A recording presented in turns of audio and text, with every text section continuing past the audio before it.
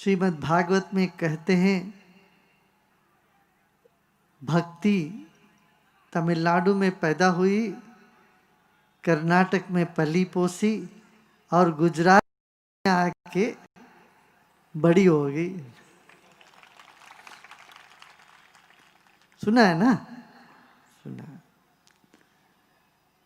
भक्ति की लहर जब तक हमारे देश में नहीं उठेगा तब तक हमें सुख समृद्धि नहीं प्राप्त होगी।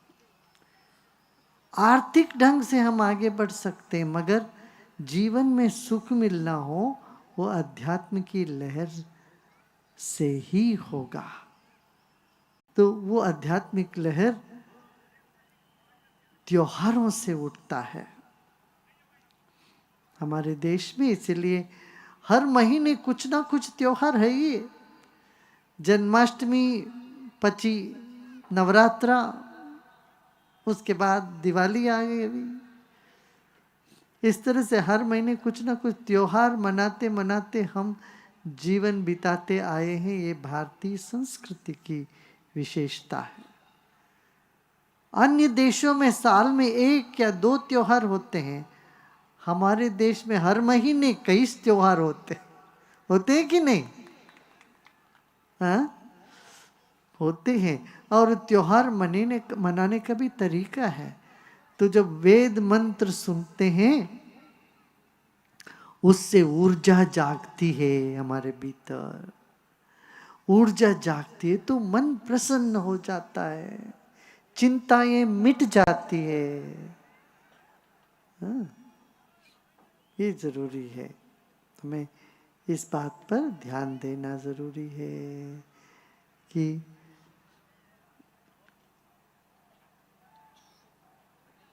स्वास्थ्य ठीक रहे। सबसे पहले स्वास्थ्य ठीक रहेगा। ये आरोग्य लक्ष्मी कहते हैं। आरोग्य भी महालक्ष्मी का रूप ही है।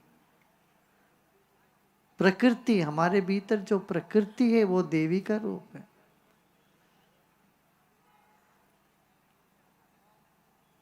तो हमारे प्रकृति ठीक रहे, हमारा स्वास्थ्य ठीक रहे, इस पर हमें काम करना चाहिए। फिर मन ठीक रहे, मन में नफरत न हो किसी के प्रति, मन मोटा पावरे के जीना बड़ा दुभारी लगता है ना? किसी के बारे में सोचो, किसी के बारे में मन में गुस्सा बना रखे रहो तो तबीयत बिगड़ जाती है। तो इससे हमें अपने आप को बचाना चाहिए। वो आध्यात्म की लहर से, आध्यात्म ध्यान से, भजन से, सत्संग से ये दूर होता है। ये मुख्य बात है। नवा वर्ष अभी मनाने जा रहे हैं हम लोग। नव वर्ष से पहले पुरानी सारी बातों को छोड़ें। क्या पुरानी बात माने पुरातन बात नहीं है, सनातन पुरातन सिद्धांतों को नहीं छोड़ना। मन में जो मन मुटापा है, पुरानी तनाव है, चिंता है, वो सब छोड़े और सब छोड़कर विश्राम करना और प्रसन्न हो जाना। आप हमारे वैदिक पंडित लोग हमेशा बोलते हैं शुक्लाम वरदरम विष्णु, शुरू ही करते हैं शुक्लाम वरदरम विष्णु शशि वर्णम, चांद जैसे शीतल और सफेद वर्ण वाले चतुर्भुज प्रसन्न वदनम, वो प्रसन्न वदन, प्रसन्न जिसका चेहरा इतना प्रसन्न है, ऐसे चेहरे को याद करो, सारे विघ्न दूर हो जाते हैं। क्या? प्रसन्न वदन को याद करते ही सारे विघ्न, प्रसन्न वदनम ध्यायेत सर्व विघ्नोपशांति। आपके घर में छोटा नन्ना मुन्ना बालक है, प्रसन्न चित्त वाला बालक है, उसको याद करो, तब भी तुम्हारे मन में खुशी उमड़ती है।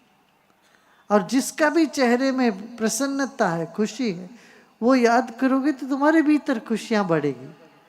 और तुम ऐसे व्यक्ति को याद करोगे जिसके भीतर नाराजगी है, गुस्सा है, क्रोध है, ईर्ष्या है, तुम अंदर सिकुड़ने लगते हो, चिंता बढ़ जाती। होता है कि नहीं? होता है ना? तो प्रसन्न वदनम ध्यायेत। सिर्फ एक तस्वीर देख के ही नहीं, चित्र देख के ही नहीं, विष्णु माने जो सत्ता हर कण कण में व्याप्त है, वही विष्णु।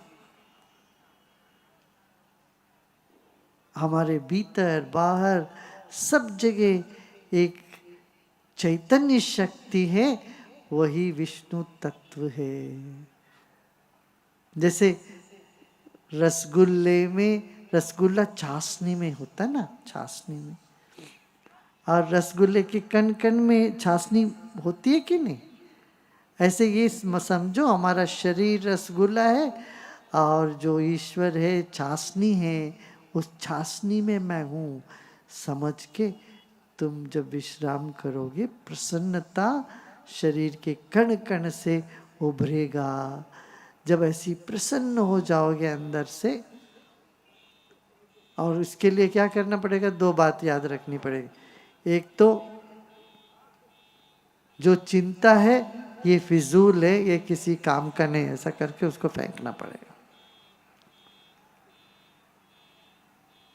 क्यों? पहले भी चिंता किए हैं मगर अभी भी हम जिंदा हैं। पहले भी हमने चिंता किया है, बेकार लगा, बाद में अभी भी हम जिंदा है, पूरा है। और चिंता करने से कुछ काम तो होता नहीं। तो चिंता छोड़ने की कला आ जाती है, और चिंता न करने की कला भी आ जाती है उससे।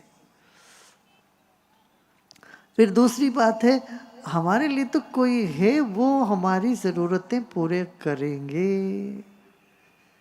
हमारे लिए अपना इष्ट है, हमारे लिए कोई है, हमें जो चाहिए वो देंगे ही हमको, इस तरह का दृढ़ विश्वास। ये दो बात हो जाए तो चिंता मिट जाएगी।